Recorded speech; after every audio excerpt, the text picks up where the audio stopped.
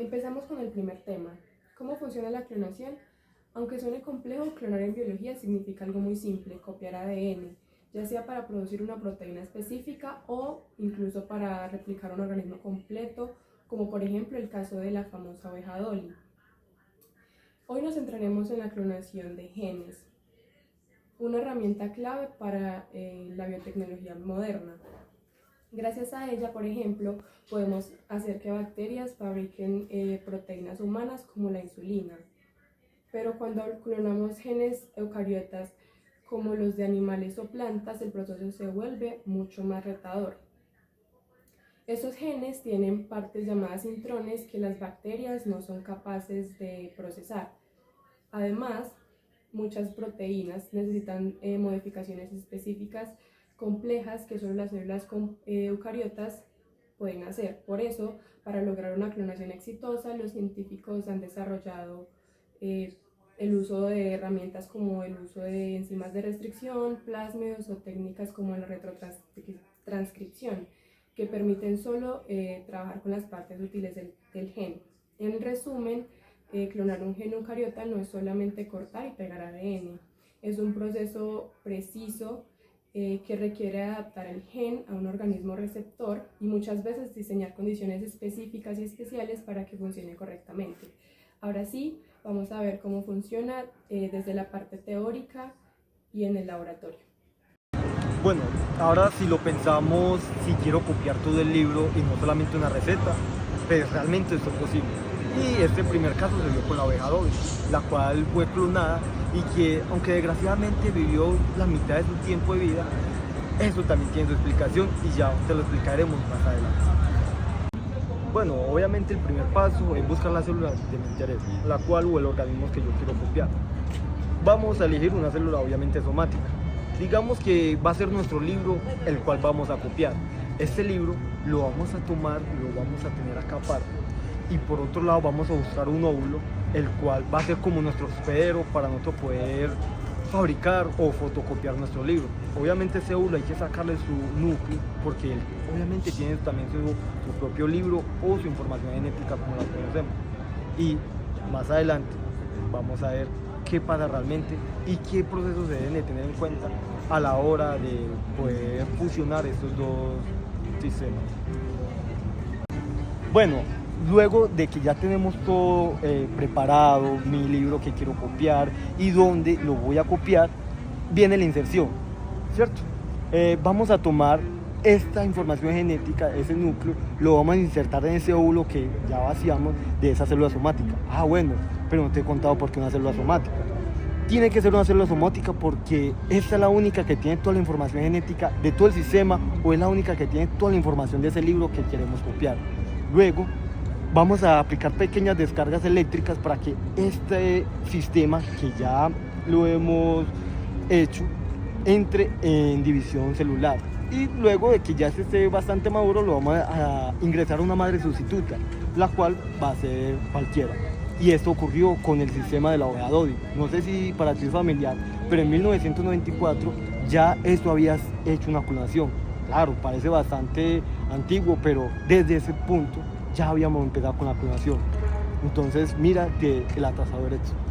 Luego que ya tenemos todo nuestro sistema creado, donde teníamos el ADN que queríamos clonar y este óvulo que va a ser nuestro recipiente para poder copiar, este lo vamos a incubar durante unos 5 o 6 días hasta que llegue a esa etapa de blastocisto, donde luego lo que vamos a hacer es introducir dentro de la madre. Esta, como ya se sabe, esta tuvo un nacimiento normal. Dolly creció, nació y tuvo una vida normal, hasta llegó a tener sus propias crías. Pero algo que desconcertó a los científicos en su momento fue porque Dolly vivió solamente 6 años y no tenía ninguna patología. Pues eso está relacionado un poco con su edad biológica. Aunque Dolly tenía 6 años normal, como suponíamos, realmente su edad biológica fue un poco más avanzada por la clonación o desde donde tomamos la información genética. Al parecer esa edad de ese promotor la habíamos traído hasta Dolly, la cual tenía una edad como ya reiteré anteriormente, tenía una edad biológica un poco más avanzada, aunque no concordaba con tu edad de nacimiento. Esto nos hace pensar de que, mira que realmente los científicos no solamente hacen esto por capricho, solamente por jugar a la ciencia, realmente es para poder investigar y profundizar más a fondo cada parte y cada información que tiene cada ser, el cual nos podría ayudar mucho a la hora de identificar patrones o problemas que pueda tener una persona de manera hereditaria y corregir de manera efectiva. Imagina que quieres hacer una receta especial, pero alguien más la cocina por ti. Eso es lo que hacen los científicos. Toman un gen, que es una receta biológica, y la insertan en otro organismo, como puede ser una bacteria, para que produzca proteínas. Pero, ¿en qué etapa se divide este proceso? Vamos a verlo. Primero hay que buscar el gen de lo que se quiere, ya sea una insulina, una enzima o una hormona. Pero en seres vivos y en animales, no todo lo del gen sirve para codificar para proteína. Esto se le conoce como intrones. Entonces, por eso los científicos no utilizan el ADN como tal, sino utilizan una versión más limpia llamada ADN complementario. Este lo sacan a partir del ARN mensajero, que ya es procesado a partir del ADN. Posterior a esto, este gen de ADN complementario se lleva a un vehículo conocido como vector. El vector más común es el plásmido, que es un pequeño fragmento de ADN circular, el cual envuelve el gen y lo permite llevar fácilmente a la célula como a la bacteria y así liberar el gen dentro de este órgano. Luego de esto, el plásmido entra a una célula trabajadora, normalmente E. coli. Este proceso se conoce como transformación y se da por medio de calor o de electricidad. Esta se le aplica a la célula para que deje entrar el plásmido o para que abra la puerta. Una vez el gen está dentro de la célula bacteriana, esta necesita de un interruptor genético que le diga cuándo debe leer el gen y empezar a producir las proteínas deseadas. A este interruptor se le conoce como promotor. Hay distintos tipos de promotores, unos que se activan con unas moléculas especiales para que nada más la bacteria produzca las proteínas en los momentos deseados. Esto para regularizar costos y producción. Un ejemplo de este tipo de producción es la insulina en el mundo, ya que no se le quita a los animales, sino que se produce por medio de bacterias. Posterior a todo este proceso ya mencionado, si todo sale bien, la célula bacteriana produce la proteína deseada. Luego de esto, los científicos la extraen, la purifican por métodos especializados como cromatografía de afinidad o por método de filtrado, y esta puede ser ya para fines médicos, alimenticios, de industria. Todo depende para lo que se haya propuesto extraer esta proteína y clonarla. Como pueden ver, la clonación de eucariotas de estos genes es muy versátil y se pueden hallar infinidades de aplicaciones. Ya les contaremos más de esto. Ahora que ya entendemos cómo funciona la clonación, desde copiar genes específicos hasta duplicar organismos completos, podemos ver qué se puede hacer con ella. La clonación no es solo una técnica de laboratorio, es una tecnología que ha revolucionado la medicina y ha transformado industrias como la alimentaria, energética, farmacéutica. En el siguiente tema vamos a ver cómo la clonación ha permitido producir insulina humana, vacunas recombinantes, hormonas, incluso biocombustibles a partir de residuos vegetales, quesos sin productos animales y detergentes biodegradables. Acompáñenme a ver estas aplicaciones que, aunque parezcan invisibles, están presentes en nuestra vida diaria y salvan millones de vidas cada año. La clonación de genes ha revolucionado la industria farmacéutica y alimentaria al permitir la producción masiva de proteínas y de enzimas industriales. En el campo médico podemos encontrar uno de los usos más relevantes, lo que es la fabricación de insulina recombinante humana. Antes esta se obtenía de páncreas animales, pero gracias a la clonación del gen de la insulina en bacterias como la E. coli, hoy se produce de una manera más segura, eficiente y asequible. Otra aplicación clave es cuando se clonan genes para producir enzimas terapéuticas que corrigen errores metabólicos de enfermedades raras. Un ejemplo muy famoso de este es la enzima glucocerebrosidasa recombinante usada en terapias en pacientes que sufren de la enfermedad de Gaucher. También en la biotecnología médica avanzada, la clonación es esencial para desarrollar vacunas. Un ejemplo muy famoso de este es la vacuna de la hepatitis B, que se basa en proteínas del virus producidas en células modificadas mediante la clonación génica. En paralelo, la clonación de organismos completos también ha generado un impacto en la medicina.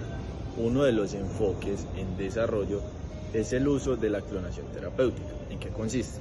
Este implica clonar un embrión de humano para extraer células madre génicamente idénticas a las del paciente. Estas células pueden diferenciarse en tejidos muy específicos, y esto va a ser para tratar enfermedades degenerativas como lo es el Parkinson, la diabetes 1 o lesiones medulares sin riesgo al rechazo inmunológico. Además, se han clonado también animales con fines médicos específicos como las cabras modificadas genéticamente para producir que en su leche tengan proteínas humanas terapéuticas, o también en cerdos diseñados para generar organismos compatibles con el sistema inmunológico humano, lo que abre un camino a los xenotrasplantes. En el sector industrial también se utilizan enzimas recombinantes para la fabricación de detergentes biodegradables que funcionan a bajas temperaturas y son mucho más amigables con el medio ambiente. En el sector textil y de papel, enzimas clonadas que permiten el blanqueo sin cloro, reduciendo el uso de productos tóxicos. En la industria de alimentos y bebidas se clonan genes para producir amilasas, proteasas y lipasas, donde estos ayudan y mejoran el sabor, la conservación de los productos. También se han desarrollado levaduras modificadas por clonación que permiten procesos de fermentación más rápidos y con mejor rendimiento. Hasta ahora hemos visto qué es la clonación, cómo se realiza y todas las increíbles aplicaciones que tiene en la medicina y en la industria. Pero como ocurre con toda herramienta poderosa, la clonación también se enfrenta a desafíos importantes, especialmente cuando nos enfrentamos a genes de organismos complejos como animales o plantas. Clonar genes eucariotas no es tan sencillo como hacer, copiar y pegar. Hay diferencias clave entre células eucariotas y procariotas que dificultan que un organismo como por ejemplo una bacteria entiendan y procesen correctamente la información genética que se les suministra. En el siguiente tema vamos a conocer los principales obstáculos técnicos que deben superarse en el laboratorio para que un gen clonado funcione correctamente, desde cómo lidiar con intrones y promotores complejos hasta cómo asegurarse de que la proteína resultante se pliegue bien y no cause problemas en el organismo huésped. Veamos entonces qué tan desafiante puede ser el arte de clonar. El primer reto hace referencia al ARN y los intrones. Mire, los organismos como las plantas, los animales, los hongos, tienen en el genoma partes que no codifican las proteínas. Pero eso es un problema, porque en eso no se lo podemos dar a unos procariotas, porque ellos no pueden retirar estas partes. Así que lo que tenemos que darle es un ADN complementario que solo tenga partes que codifican las proteínas. Si no lo hacemos, las proteínas simplemente no se van a fabricar bien. Eso es todo. La transcripción es un proceso que depende del promotor que la haga. A ver, y es que los procariotas, los eucariotas, tienen promotores que difieren en varios aspectos y mucho. Entonces, es por esta razón que también difiere mucho el método de transcripción de cada célula. En tanto, tenemos entonces que diseñar naves biológicas, o mejor conocidos los vectores de expresión, para cada tipo de célula hospedera. Con respecto a las proteínas eucariotas, tenemos varios inconvenientes a la hora de la clonación. Es que las proteínas eucariotas requieren de plegamientos complejos, además de modificaciones después de su síntesis. Esto no lo va a hacer una célula procariota, y si no se hace, entonces queda inactiva la proteína o se degrada. Pero también hay otro inconveniente, y es cuando se produce en exceso. Cuando ésta se expresa en exceso, hay veces que se hace tóxica y generalmente su plegación se hace demasiado compleja. Entonces, también en sus vectores añadimos entonces promotores inducidos. Estos promotores son para controlar la síntesis proteica, la cual se da cada vez que se manda una señal en forma de químico inducido. A veces incluso se debe optimizar las condiciones de cultivo, como la temperatura, e incluso más allá, añadiendo genes para expresar las chaperonas que van a cooperar para ayudar en la fabricación de la proteína. Las bacterias tienen un límite en cuanto al tamaño del genoma que pueden almacenar de forma estable. Es por esto que se buscan vectores de gran capacidad o que el genoma se copie por partes y después se ensamble. Pero también hay otro problema, y es con los codones, que si bien el gen de dos organismos es idéntico, no lo van a hacer los codones. Esto trae dificultades tanto en la traducción como en la estructura y la regulación al ARN mensajero. Todos estos aspectos se deben ajustar al huésped elegido, entonces